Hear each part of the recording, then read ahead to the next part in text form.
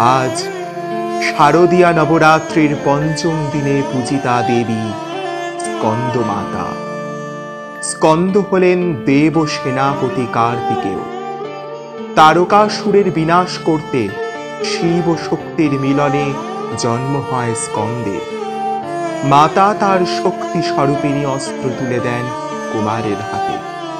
দেবী স্কন্দ মাতা চতুর্ভুজা, তিনি সিংহবাহিনী। দেবীর বর্ণ পূর্ণত শুভ্র। মায়ের এই স্বরূপে বালক স্কন্দ বা কুমার কার্তিককে মায়ের ক্রোড়ে উপবিষ্ট দেখা যায়।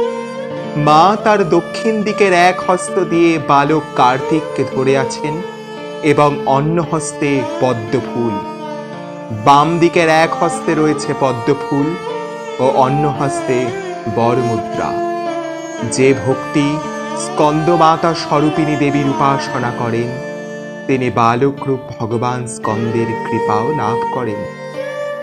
নবরাত্রির পঞ্চম দিনে মা দুর্গার পঞ্চম স্বরূপ দেবী স্কন্দমাতার আরাধনায় সাধক নিজের মনকে বিশুদ্ধ চক্রে স্থিত করে আরাধনা করে।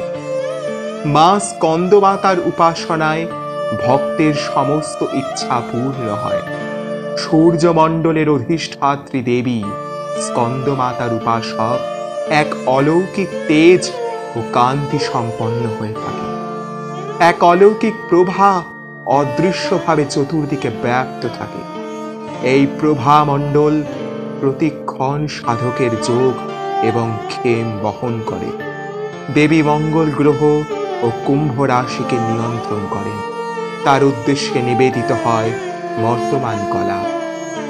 ওম সিংহাসনগতা নিত্যাং পদ্মাশ্রিতা করদ্বয়া শুভদাস্তু সদা দেবী স্কন্দমাতা যশস্বিনী। ওম সিংহাসনগতে দেবী অক্ষাম্ভোজকরাম্বুজে স্কন্দমাত্রে শুভদেবে পরমেশী নমস্তুতে। ভিডিওটি ভালো লাগলে লাইক ও শেয়ার করুন আর চ্যানেলটি সাবস্ক্রাইব করে আমাদের পাশে থাকুন।